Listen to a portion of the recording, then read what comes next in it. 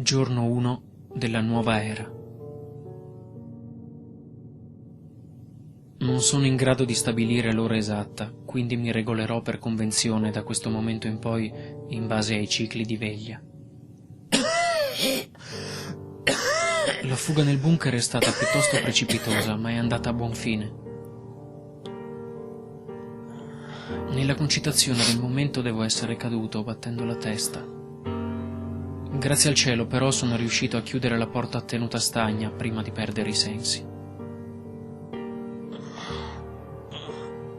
L'aspetto del bunker è a suo modo rassicurante, solido, austero, accogliente nella sua freddezza. È come una bolla isolata dal mondo, un utero di cemento nel quale non può penetrare nulla. Mi aveva già fatto questo effetto la prima volta che mio fratello mi fece scendere qua sotto. Mio fratello.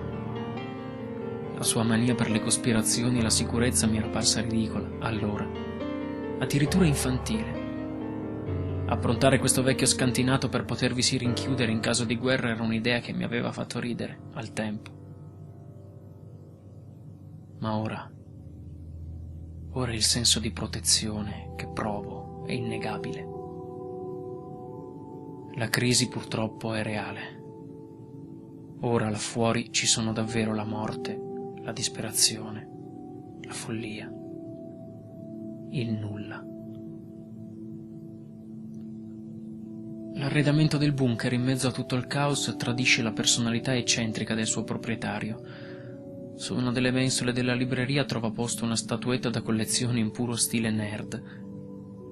Credo di avergliela regalata io, quando eravamo bambini.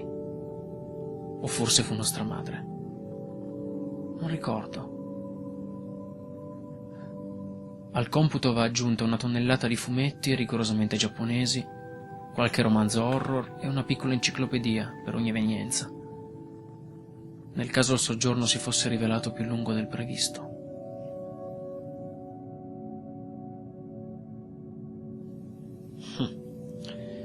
A quanto pare non sarò completamente solo, vero amico?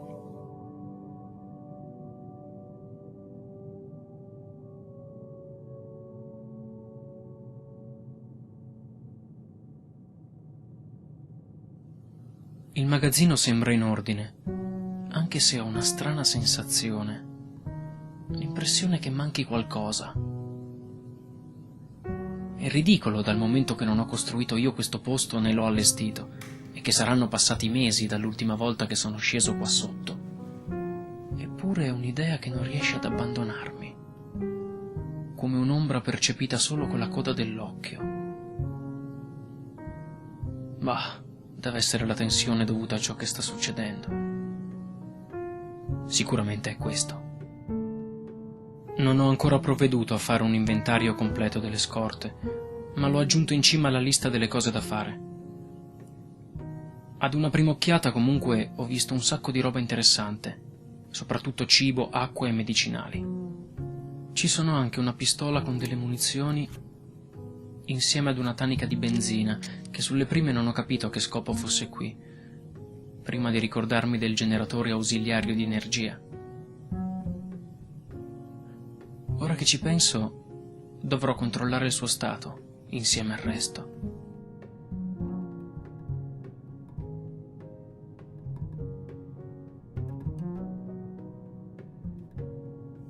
La zona notte, come tutto il resto, è minimale, quasi spoglia.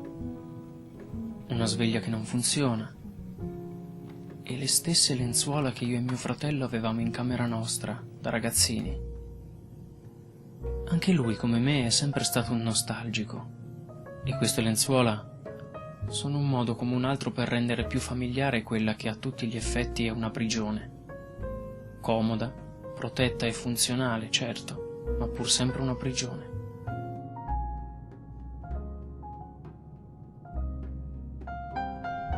Qui dormirò e registrerò le mie memorie, sempre che possano interessare a qualcuno nel prossimo futuro.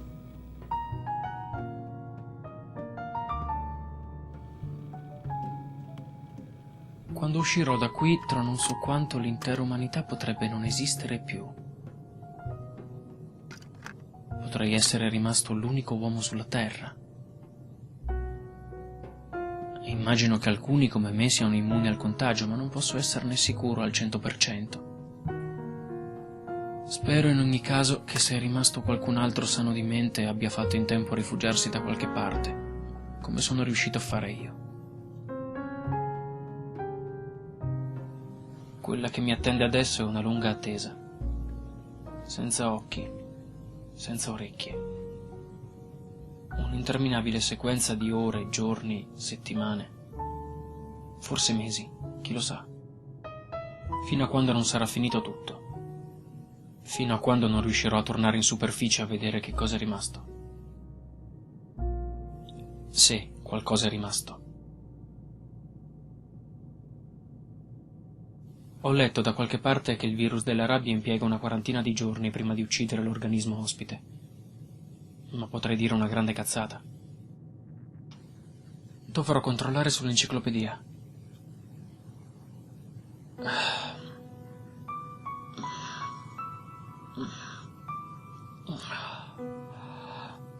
Non sapere che ora sia è snervante. L'annuncio è stato dato alle 23:15, immediatamente dopo la finale di campionato in TV. Nella fretta di correre verso il bunker il mio orologio da polso si è rotto e quindi adesso non riesco più a tenere conto del tempo che passa. Qui sotto non ci sono televisore, computer, soltanto un telefono. Ma chi posso chiamare? E comunque da quello che ho capito i muri sono isolati verso l'esterno e quindi qualunque tentativo di comunicazione è impossibile. Da che sono svenuto possono essere passati 5 minuti o 5 ore. Non ho la possibilità di sapere se là fuori l'inferno si sta ancora scatenando o se è tutto finito. So che non ha importanza saperlo, ma non riesco a smettere di pensarci. Ritrovarmi al sicuro e parlare tranquillamente ad un microfono mentre in superficie gli altri si stanno scannando a mani nude è una prospettiva che mi riempie di angoscia e di impotenza.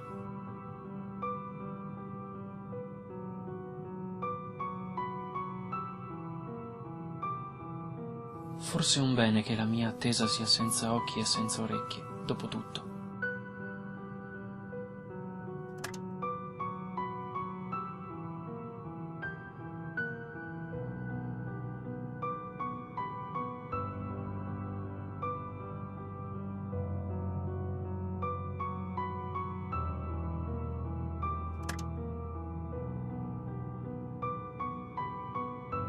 Nella sua strana passione per il vintage, mio fratello ha fatto bene ad allestire questo dittafono fai da te.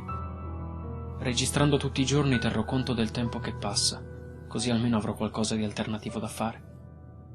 A parte i controlli, la manutenzione di routine, leggere e masturbarmi.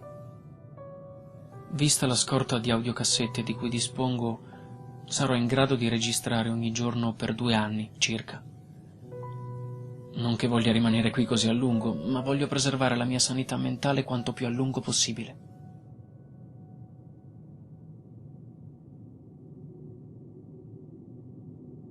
La solitudine sarà la cosa più difficile da combattere, qua sotto. Ma tu non sei solo.